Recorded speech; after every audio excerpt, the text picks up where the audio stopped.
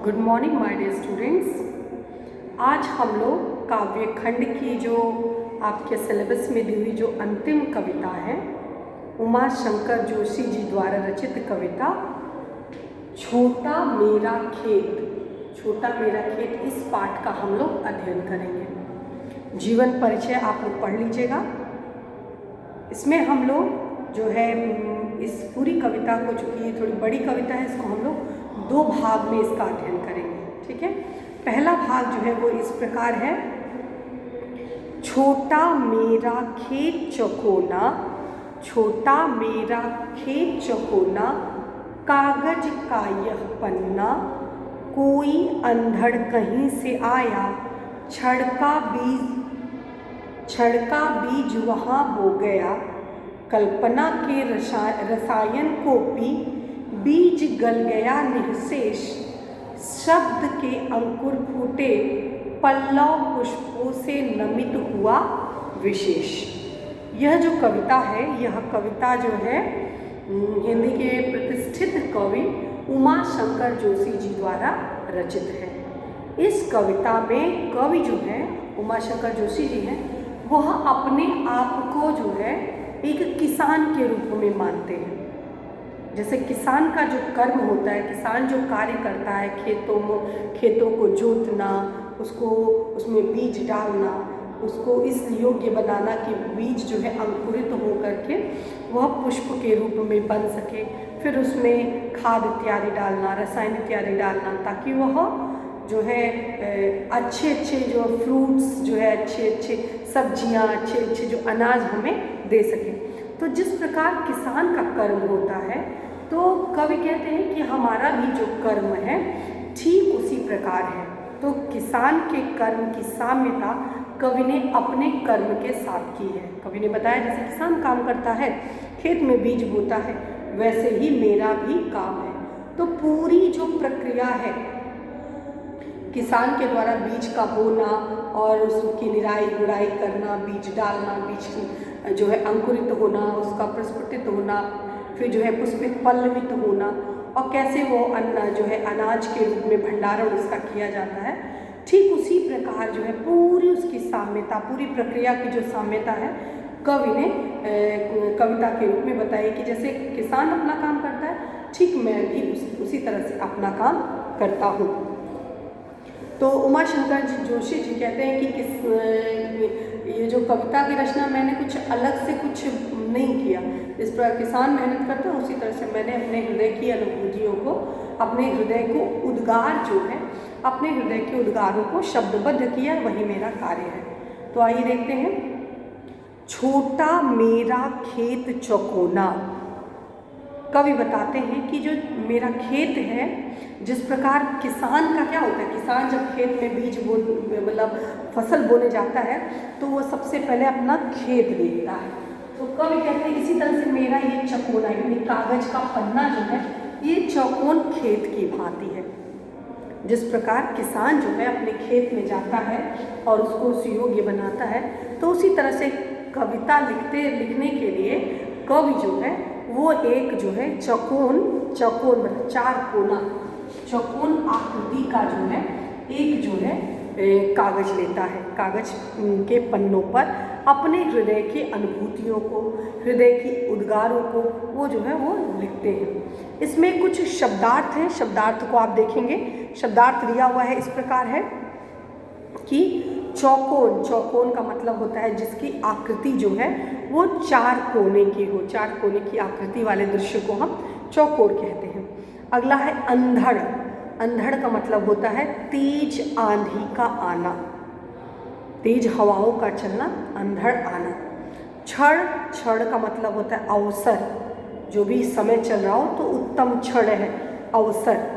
रसायन का मतलब होता है खाद्य पदार्थ, खाद्य पदार्थ जो है उसमें सहायक होते हैं।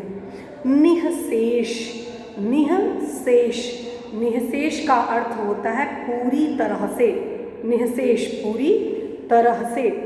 और अंकुर का मतलब होता है कि जब बीज गल जाता है और नए जो पुष्प जो है नए पुष्प या नए जो पेड़ जो होती, कोमल कोमल लताएं जो होती, वो उसमें से अंकुरण जो निकलता है उसको कहते हैं कि अंकुर, यानी नन्हा पौधा। पल्लव पुष्प, पल्लव और पुष्प यानी जो फूल जो निकलते हैं, तो कोमल कोमल उसकी पत्तियां निकलती हैं और उसमें फूल लगता है, फूल लगने के बाद उसमें फल लगता है। तो पुष्पित पल्लवित यानी पुष्प निकलना और उसमें फूल आना। पल्लव माने होता है पत्ते और पुष्प माने फूल होते हैं। नमित, नमित का मतलब क्या होता है? नमित माने झुका हुआ। आपने कविता पढ़ी होगी, फल से लदी डालियों से सीखो नित शीश झुकाना, तो उसी तरह से नमित होता है। और विशेष, विशेष का मतलब होता है खास तौर। तो इसकी जो हम लोग ये जो कविता है इसका हम लोग संदर्भ इस प्रकार पढ़ेंगे कि प्रस्तुत पद्यांश हमारी पाठ्य पुस्तक आरोह भाग 2 के उमा शंकर जोशी जी द्वारा रचित कविता जो है छोटा मेरा खेत नामक पाठ से ली गई है।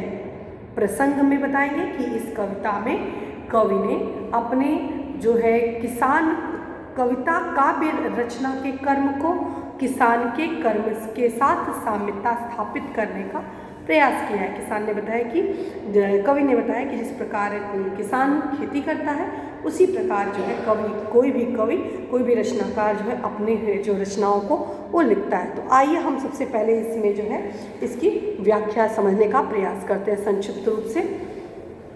छोटा मेरा खेत, कवि बताते हैं कि जिस प्रकार किसान का खेत होता है छोटा, उसी प्रकार जो है मेरा जो है वो कागज का पन्ना है। ठीक, जो उसका भी आकृति चौकोन है और किसान का जो खेत होता है उसका भी एक आकृति होती है, चौकोर आयताकार अलग अलग हो सकता है। तो अलग अलग प्रकार चौकोर आकृति का जिस प्रकार किसान खेत लेता है उसी तरह से कवि जो है चौकोर आकार का पन्ना लेता है। कागज का वह पन्ना, यह जो है किसान के लिए वो खेत है। जिस तरह किसान के लिए साम्यता दी गई, किसान के लिए वह खेत है, ठीक उसी प्रकार जो है कवि के लिए वह चौकोन पन्ना है। कोई अंधड़ कहीं से आया, छड़ का बीज यहाँ वहाँ बो गया। किसान जो है जब खेती करता है तो सबसे पहले वो बीज जो है बीज लेकर के आता है और बीज को उसको बोता है। तो कहते हैं कविता में क्या होता है, वो एक भावनात्मक आंधी आती है। क्या कहते हैं कि कोई अंधड़ कहीं से आया, कोई जो है अंधड़ अचानक से कहीं से आंधी आती है और आप देखते होंगे इस तरह से फेंकते हैं, कहीं से आंधी आती है और बीजों को पूरी तरह से फैला देती है। उसी तरह से कविता जो काव्य रचना है ठीक उसी प्रकार है कि कविता में क्या होता है, वो कविता जो होती है सोच समझ करके एक जगह बैठ करके किसी एक विशेष सोच के नहीं कि हम चलो आज कविता लिख रहे हैं, ऐसा नहीं होता। कविता में भावनात्मक आंधी जो है वो आती है। कवि किसी माहौल में किसी स्थान पर बैठा होता है, अचानक उसके विचारों में कुछ भाव, उसके हृदय में कुछ उद्गार उत्पन्न होते हैं। तो उन्हीं उद्गार अचानक से जो कवि के मन में, दिमाग में जो विचार उत्पन्न होते हैं, कवि के हृदय में जो उद्गार उत्पन्न होते हैं, उन विचारों को, उन उद्गारों को कवि ने जो है अंधड़ की संज्ञा दी। अचानक से कोई भाव मन में जागृत होना, किसी अचानक से किसी भाव का मन में जागृत होना को हम कहते हैं कि उद्गार। तो आंधी, एक अचानक जो है भावनात्मक आंधी आती है और उस समय कवि के मन में जो है वो विचार जागृत होता है कि हमको जो है इस विषय पर कविता लिखनी है और इस विषय में क्या क्या हमको लिखना है वो हम कवि जो है तय करता है। कि अचानक से उसके मन में विचार जागृत होते हैं कि हमको इस विषय पर कविता लिखनी चाहिए या इस विषय पर हमें अपने जो विचार है उस विचार को हमें व्यक्त करने चाहिए।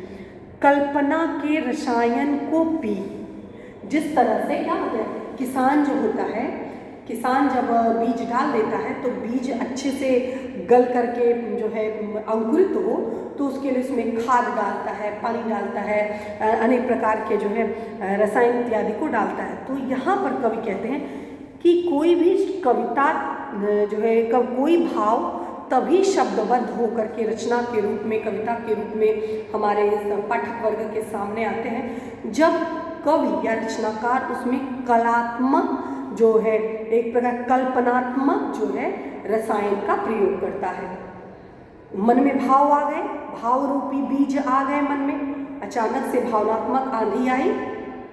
कवि के हृदय में अचानक से भावनात्मक आंधी आती है और कवि को विषय मिल जाता है, विषय रूपी बीज पता चल गया कि हमको इस विषय पर कविता लिखनी है। अब उसके बाद कवि उसमें कल्पना का रसायन लगाता है, कल्पना रूपी रसायन का प्रयोग करता है। कवि उसमें कल्पना डालता है, तरह तरह के बिंबों का प्रयोग करता है, तरह तरह के प्रतीक चिन्हों का प्रयोग करता है, शब्दों का सही सौष्ठव लगाता है, सही अलंकारों का प्रयोग करता है, भाव की अभिव्यक्ति सही ढंग से होनी चाहिए। इन सब विषयों को कल्पना के रसायन का प्रयोग करके वह कविता को क्या करता है, शब्दबद्ध करता है। बीज गल गया निःशेष, जब किसान खेत में अपने जो है बीज डालने के उपरांत किसान जो है खेत में अपने रसायन का प्रयोग करता है तो उससे क्या होता है, बीज जो होता है पूरी तरह से गल जाता है। तो उसी तरह से जब कवि के मन में जो भावनात्मक आंधी आती है, विचार आते हैं और विचार जब कल्पना का सहारा पाते हैं तो कल्पना का सहारा पाने के उपरांत कवि का जो भाव होता है, कवि का जो अहंकार का जो भाव होता है, अहम का जो तुष्टि होती है, वो धीरे धीरे करके गल के समाप्त हो जाती है। क्या होता है, जब बीज जो है अपना अस्तित्व खो करके, बीज अपना अस्तित्व खो करके नए नन्हे पौधे को जन्म देती है। आप देखते हो बीज फूटता है। तो उसी तरह से जब तक हमारे अंदर अहम का भाव होता है, अहंकार का भाव होता है, तब तक हम एक कर्णप्रिय रचना, एक भाव विभोर करने वाली रचना हम नहीं लिख सकते। तो कवि कहते हैं कि जिस प्रकार किसान जो बीज बोता है और जब उसमें विभिन्न प्रकार के खाद्य पदार्थों को, विभिन्न प्रकार के रसायनों का प्रयोग करता है और रसायनों का प्रयोग करने के उपरांत तो उसका परिणाम क्या होता है कि बीज जो है पूरी तरह से गल जाता है और बीज गलने के बाद नन्हा नन्हा जो है वो अंकुरण निकलता है, यानी नन्हा नन्हा जो पौधा निकल करके हमारे सामने आता है। शब्द के अंकुर फूटे, बीज गल जाता है और बीज गलने के बाद क्या होता है, बीज गलने के बाद उसमें जो है नन्हा नन्हा पौधा जो है वो अंकुरित होता है।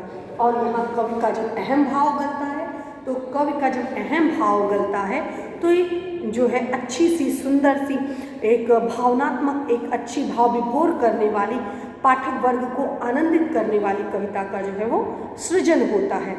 शब्द के अंकुर फूटे, तब क्या होता है, कवि के दिमाग में, कवि के विचार में, कवि के भावनात्मक रूप से एक नए नए नन्हे नन्हे अच्छे अच्छे शब्दों का जो है वो एक अच्छे अच्छे शब्द जो है उसके पास आने लगते हैं। शब्दों का वो एक समुच्चय बन जाता है, शब्दों का जो है वो योग बन जाता है। और पल्लव पुष्पों से नमित हुआ विशेष, और धीरे धीरे जो ये पौधा है वो बड़ा होता चला जाता है, इसमें पत्तियां लगनी शुरू हो जाती हैं। इस तरह से कवि की जो कविता होती है, वो जब कवि की कविता भावनात्मक आंधी आती है, भावनात्मक आंधी आने के बाद उसका अहंकार नष्ट हो जाता है, और जब अहंकार नष्ट हो जाता है तो नए नए शब्दों का सृजन होता है, नए नए शब्द जो है उसके हृदय की भावनाओं से नए नए शब्द उत्पन्न होते हैं, और जो है एक लहलहाती सी फसल जो है, एक बड़ा सा जो पुष्प यानी अच्छी कविता जो है वो हमारे सामने जो है वो उपस्थित होती है।